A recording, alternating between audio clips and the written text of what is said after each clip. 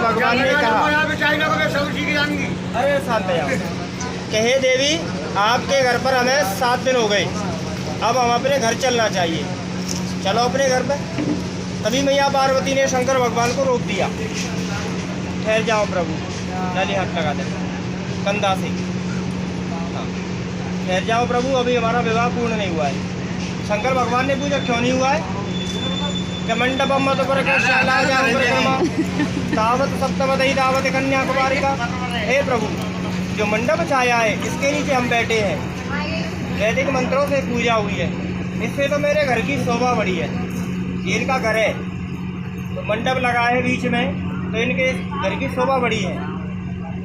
मंडप मधुपर्कश्य, मधुपर्क माने दही, जो आपको दही बतासे खिलाया था, ये कह रही है उससे तो आपके शरीर की शुद्धि हुई है। लाजा होम, जो हवन किया है इसे देवता प्रसन्न, क्योंकि देवताओं की आहुति डाली है। लाजा होम परिक्रमा, जो परिक्रमा लगाई है इससे यज्ञ भगवान प्रसन्न हुए हैं। तो बताओ हमारा कैसे विवाह हो गया?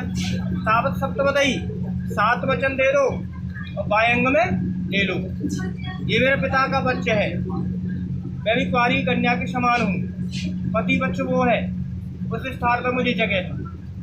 तो शंकर भगवान ने कहा देवी आ जाओ, इसमें से खड़े होकर इधर आ जाओ। क्या नहीं प्रभु? पार्वती कहने लगी और सुनियो भोलेनाथ, और हम आमेंगे बामंग वचन दे दो 7। हे प्रभु, मुझे 7 वचन चाहिए, क्योंकि आज से मेरा गृहस्थ जीवन आरंभ हो रहा है। 7 वचन दे दो, बायंग में ले लो, तो मैं आपके 7 वचन लेके तैयार हूँ। शंकर भगवान ने कहा देवी मांगो, कौन से वचन है आपके? तभी मैया पार्वती ने कहा कि यदि एकदम को आत्म सम्मति गणिया, हे प्रभु आपके बाद जब कभी भी आप यज्ञ करें इस तरह से मुझे अपने साथ में लेकर के करें, तो मैं आपके भामंग में आना स्वीकार करूंगी। अगर आप मुझे अपने भामंग में लेना चाहते हो तो जब कभी भी आप यज्ञ करोगे मेरी सलाह लेनी होगी, मुझे अपने साथ में लेकर के यज्ञ करना होगा। दूसरा वचन, यदि दानम कुर्यातम सम्मति गणिया, जब कभी भी आप दान करें, कथा में कथा करवा रहे ब्राह्मण को दक्षिणा देते हैं, कन्यादान करते हैं, गौदान करते हैं, जो भी दान करें, मंदिर धर्मशाला ब्याह हुए दान करना है, तो ये करिए जब कभी भी आप दान करें तो मुझसे पूछ करके करना होगा, मेरा भी हाथ लगा होना चाहिए आपके हाथ के नीचे,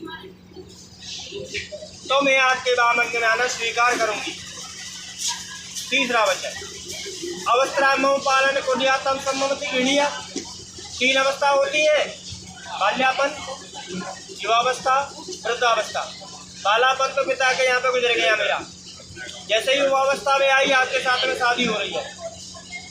युवावस्था से लेकर के वृद्धावस्था तक आप मेरी देख रेख करोगे।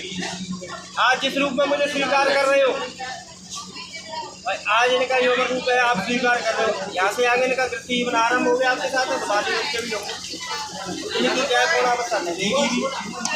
ऐसा नहीं होना चाहिए। आज तो स्वीकार कर रहे, आगे चल कर तो मुझसे मन मुटाव रखें।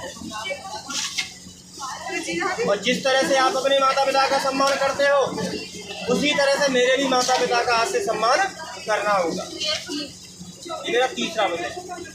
चौथा वचन, सम्मति गणिया। अगर आपका कहीं पर भी धन जमा है, 4 प्रकार की माया होती है। किसी को कर्ज दे रखा है, किसी से ले रखा है, बैंक में जमा है या जमीन में गाड़ दिया है। 4 प्रकार की माया में मुझे सम्मिलित करोगे आज से।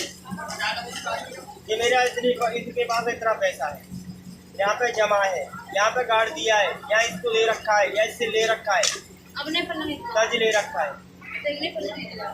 तो मैं आपके बामंग में आना स्वीकार करूंगी। 5वां वचन मांगा, सम्मति गणिया। हे प्रभु, सबसे छोटी होती बकरी और सबसे बड़ा होता है हाथी। बकरी से लेकर के हाथी तक पशु कोई खरीदो बेचो, क्रय विक्रय करे, वाहन खरीदने जामे या बेचने जामे। ये करिए जब कभी आप कोई सामान खरीदने जामे, बेचने जामे, मेरी सलाह जरूर ले, मुझसे पूछ करके करें। 6वां वचन, 6 प्रकार की होती है ऋतु के अनुकूल। जैसा मौसम आएगा उसी के अनुसार मेरे खाने का, पीने का, पहनने का, उड़ने का ध्यान रखना होगा। गर्मी आ गई, गर्मियों में पतले वस्त्र। दिनाए गर्मी में बाजरा मत मिल जाएगा, वो भी जाके धक्के खाओ, लड़ाई हो जाएगी। गर्मी ऋतु के अनुसार मेरे खाने का, पीने का, पहनने का, ओढ़ने का ध्यान रखना होगा।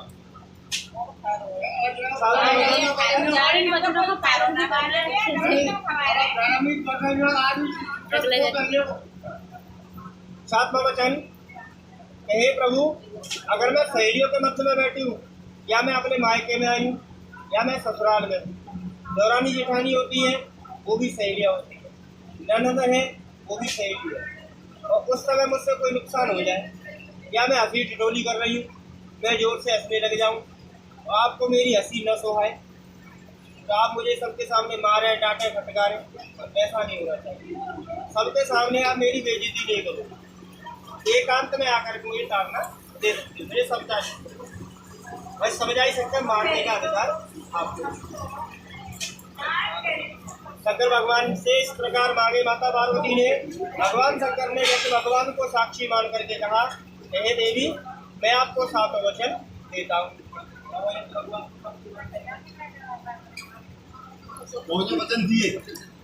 वचन दिए तो पार्वती खड़ियों के बहन आने लगी, तो महादेव ने रोक दिया, ये सवाल लगी करना बात रखो नहीं, रुक जाओ, ऐसे हाथ रख देना, रुक जाओ, जाओ। महादेव ने रोक दिया।